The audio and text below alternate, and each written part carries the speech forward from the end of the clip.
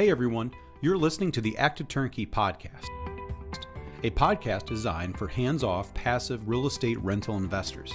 In the Active Turnkey Podcast, you'll hear Tom Olson and Jared Stoltmeister discuss all things turnkey rentals with other turnkey providers, service providers, and rental investors.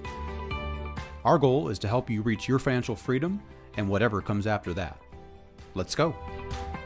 Hey everybody, welcome back to the Active Turnkey Podcast. I'm your host, Jared Stoltmeister, and we have with us the Tom Olson. We're back for another podcast today. I'm here mentally. I mean physically. I'm not sure if I'm here mentally this morning, Jared, but I'm here. He is here. And it has been a busy week for us here in the One Group Network world. We have lots of closings, lots of houses going under contract. Mm-hmm. We've got lots of rehabs going on around here. It cooled off today. We had a nice cool day today compared to the 90s that it has been in Northwest Indiana here. Yeah. But welcome back. Welcome back to the Active Turnkey Podcast, where we build rental portfolios for you and manage for you and try to be good stewards for you. It's one of our core values is stewardship. And we really do believe in that. So Tom, Tom was asked, we have a vacation Bible school at our church, and we have our church is on one place in one location in Hammond. Our schools are all the way out in Cherryville. It's about 30 minutes away from the church.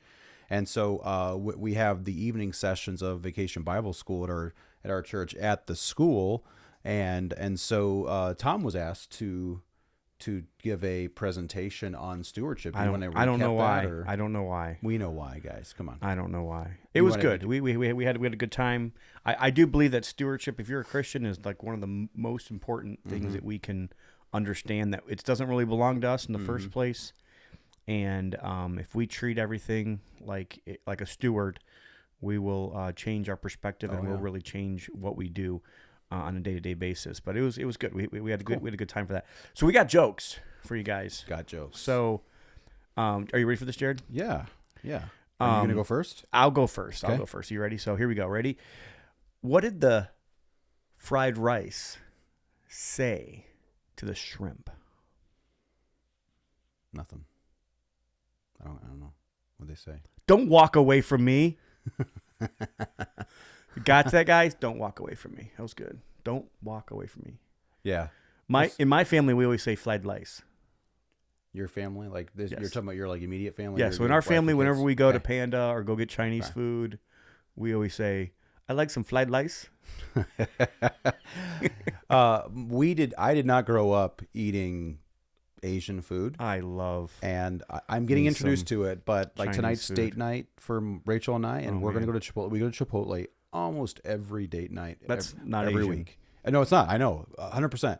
I'm saying that's what we do. So that's about as close to rice. They as like we're Mexican. Get. They like Mexican food. Yeah.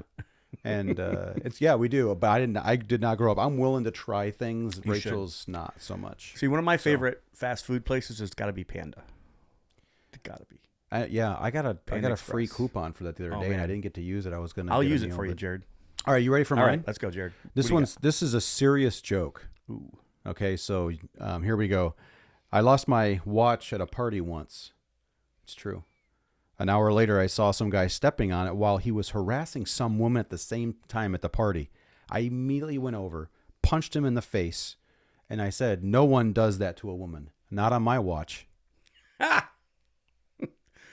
Get it? Not on my watch. I get it, not folks. on my watch. That was good. Millie, make sure that one's gets pumped out there. Yeah, man, that's huge. That's gonna be like a TikTok sensation right there. It's gonna blow You got up. that? That's right. All right. So today's Mythbuster, Jared. What is it? What are we gonna talk about today? Well, we're gonna bust some myths today. Well, we're gonna bust one, and there's a lot of what we call them, doomsayers out there. Doomsayers. I love the doomsayers. Yeah, they do things to have clickbait. And scaring make you everybody. buy books and go to their seminars. And actually, that's a good question. So before we even get into it, so there's Joe Investor, right? There's just you're an everyday guy. You maybe you're not a professional. Maybe you don't have your own business like we have here, and you're just building your own portfolio. And you hear people, those doomsayers, whatever, however you say, whatever they, and they're just saying what they're getting you scared. You know, like who should people listen to? Not those people. Okay. Yeah. So if they're giving you, if they're scaring you, then just turn it off. Yeah. No. Honestly, I'd be careful. I think we need to walk circumspectly about who we listen to. What kind of things we put in our ear gate, what kind of things we put in our eye gate, what do we watch, what do we hear, who do we listen to? I really do think it matters. I think a lot of people just listen to whoever is the most popular person on social media, and I'll be honest with you. It's interesting. Right now, our lending company is foreclosing on one of those guys. One of those guys that had all these views on TikTok and had all of this stuff, and like he's an expert flipper, and he's been, flipping because he's been flipping for like a year and a half now, and he's done 6 deals or something. I don't know how many deals he did, but and those are not the people I would be listening to. Yeah. I'd be listening to the people that have been in business for 5, 10, 15, 20 years and have seen a little bit of, markets. Sure. I even think it's a little scary to listen to people who have only been through the last crash. Sure. That's kind of what we're going to talk about today, to be honest with you. Oh, man. Because, segue. The myth that we're going to bust right now today is the rental market's going to crash. Yeah. The rental market's going to crash. And people are getting that feeling or that whatever they're getting because of either doomsdayers out there saying, "Oh, this is going to crash," whatever. Or that feeling that people are getting right now because it is tough. Like times are tough. So kind of back to your question, before we get into because I'm going to segue into that if I'm not careful, I just needed to say though, that was I haven't been in podcasting very long. I'm still working on the segue, but Tom's segues are just flawless, just seamless. But your question into the segue to move us over there, it was like you were playing chess and not checkers. You were like 3 steps ahead, Jared. I was playing chess with myself because I wasn't even ready for that. Yeah, move. that Jared shows you. He outmoved himself. I did, and I was like, "Whoa, Jared, slow down." No, but that's the good. Yeah, no, I think that's so important, and that goes for all walk of life. We're talking about real estate, but we're talking about who do you listen to in many things. I like to study the Bible, and I like to use a lot of sources.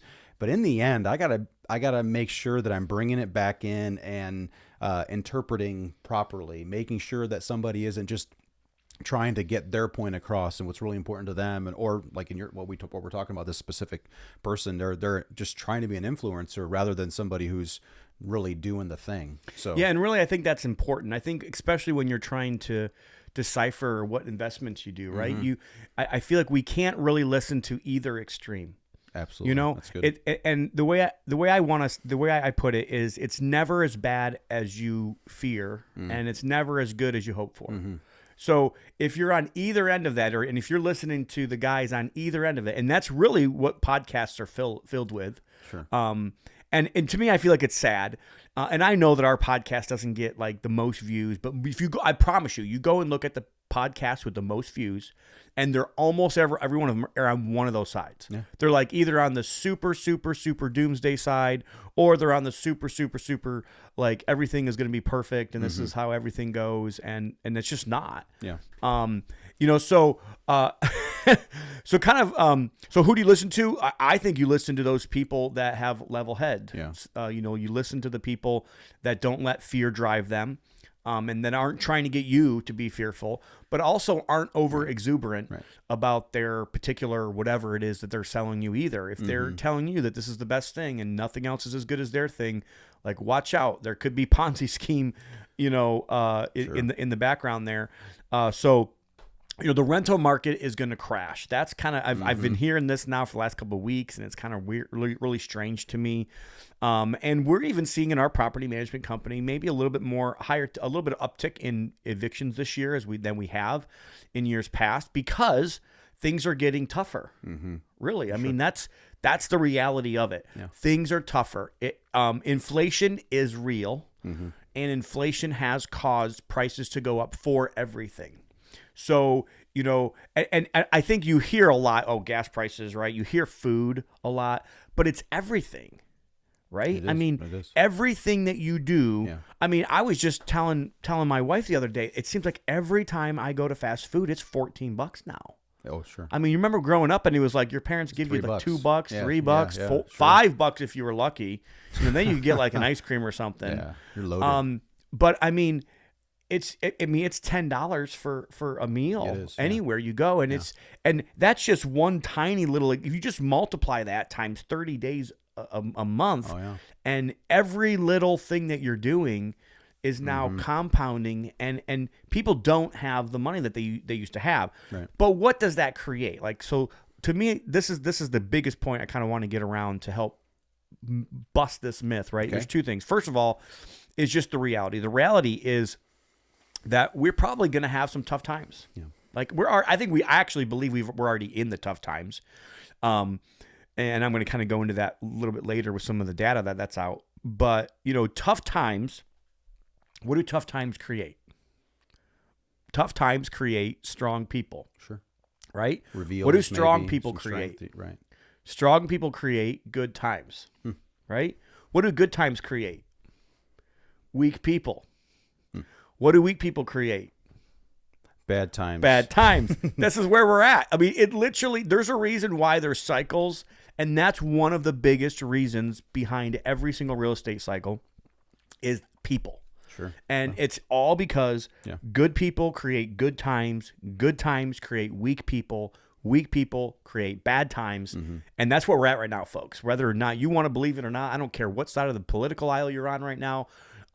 Where we're at right now is like we are in bad times. If you go and look at statistics, you look at numbers, right now we are already lower on the amount of houses that have sold in 2023 than sold in 2008. Like, so less houses, you guys have to understand this. This is crazy. Less houses sold in 2023 than sold in 2028. How is that possible? Like, and everybody keeps saying it's gonna crash.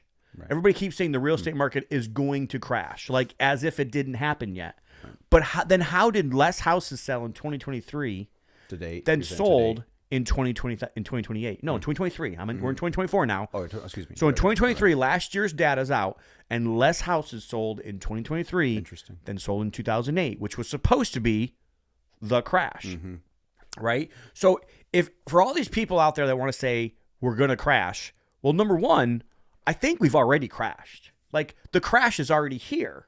It just looks different than 2008. Everybody wants to make it the same. Right. Everybody's trying to force feed 2024 into being the exact same crash as 2020 as 2008, and it's just a different crash. Sure. So what crash would, if you look back in history, you can actually look back in history and you can see some of the same similarities. It's never the exact same, right? It's kind of like a house, Jared. Like, have we ever done two rehabs that were the exact same? No, never. Not rehabs. Nope. Never. Not a single time have we. And that would be convenient. I would even beg to tell you, and I did new construction for many years. Every new construction house you would think is the exact same. There's still some differences and some nuances for every single property. Just the contour of the land and just different things, how the driveway sits. There's always just minute, tiny differences. But in a grand scheme of things right now, everybody wants to make 2024 into 2028, and they want to try to compare the two and make them the same, but they're not.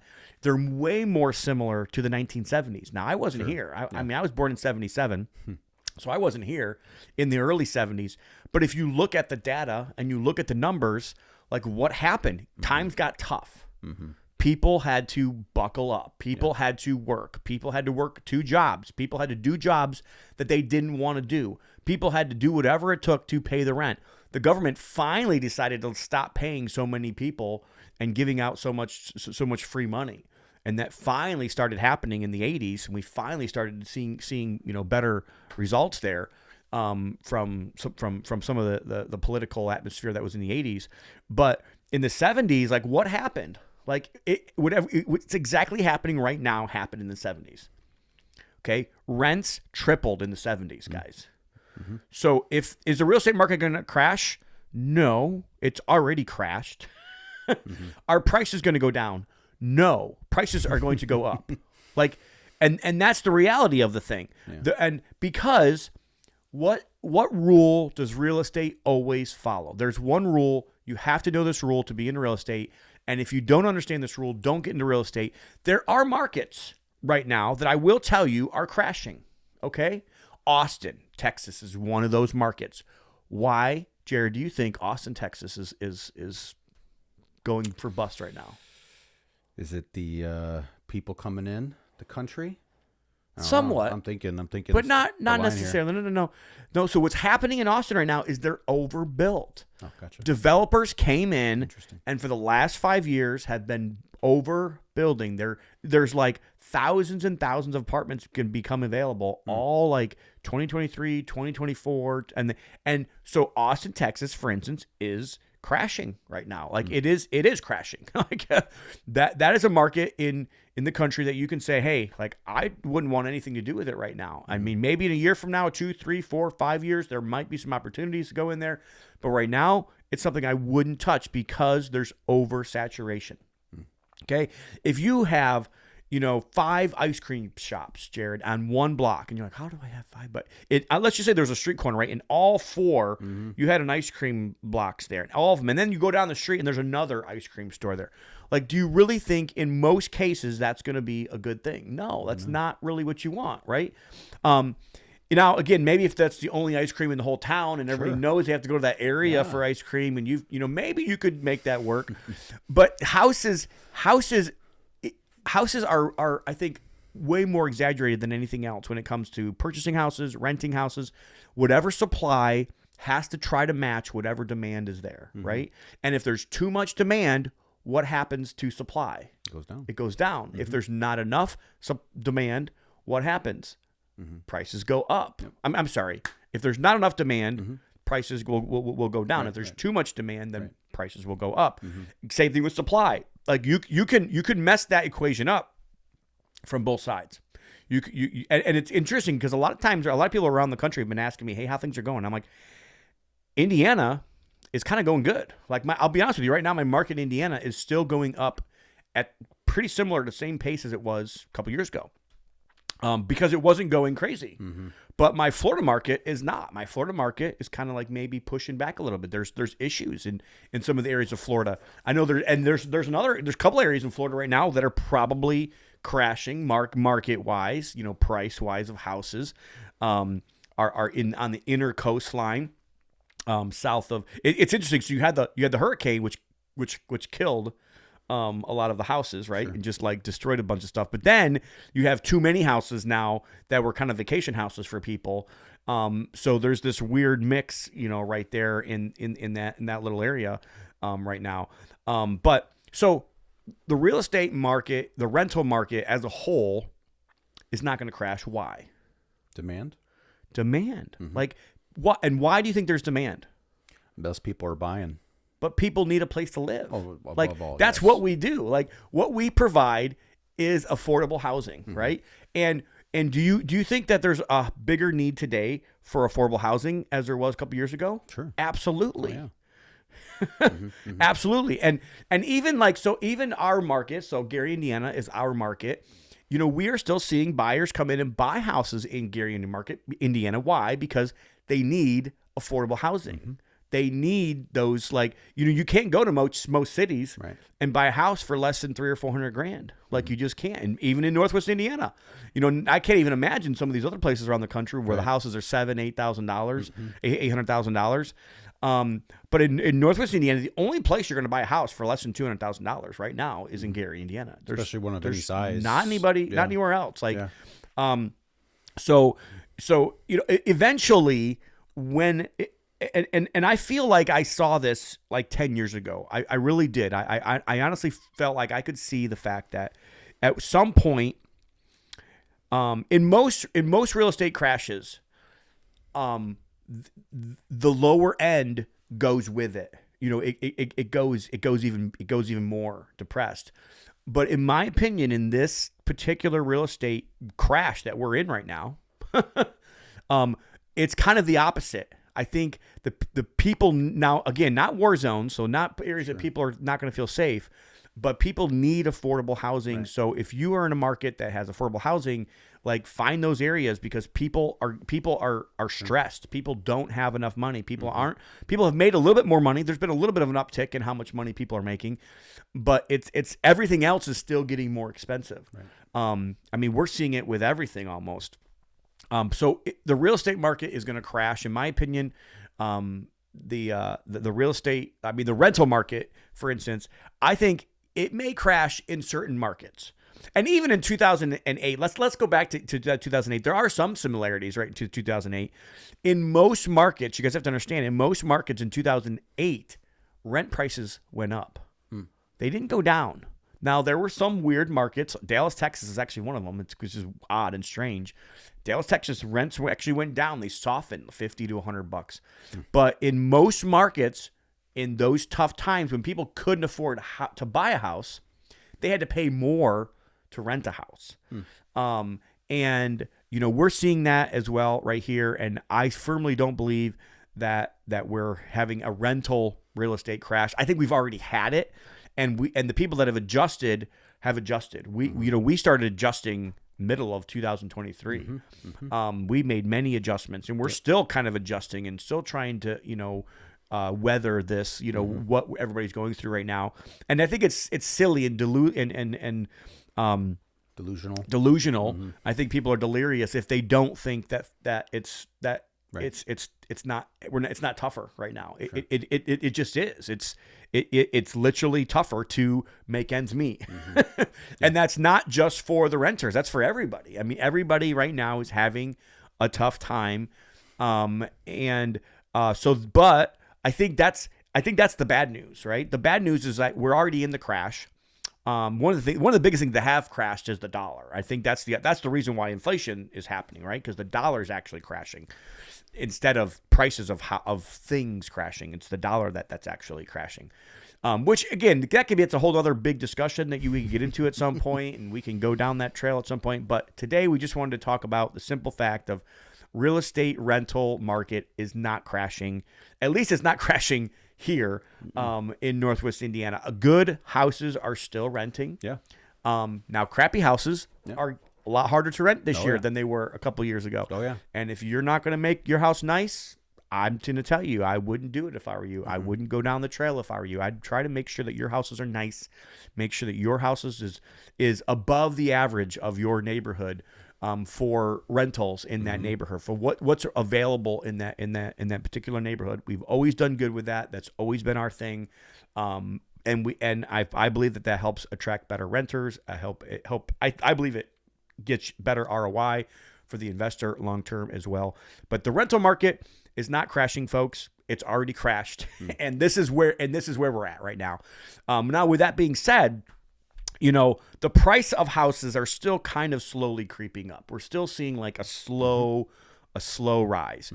Now, do I believe that means this is the time to sell your rental portfolio? No, I'm not on that bandwagon. I know I'm still selling some houses for some investors, and some investors have gotten themselves into their own little pickles, and that's fine. Like if you're in that situation and you want to sell, or maybe you're just wanting to move your money to something else, that's fine. Like I know a lot of investors get shiny object syndrome, and they are in this for 3 or 5 years, and then they go to something else 3 or 5 years.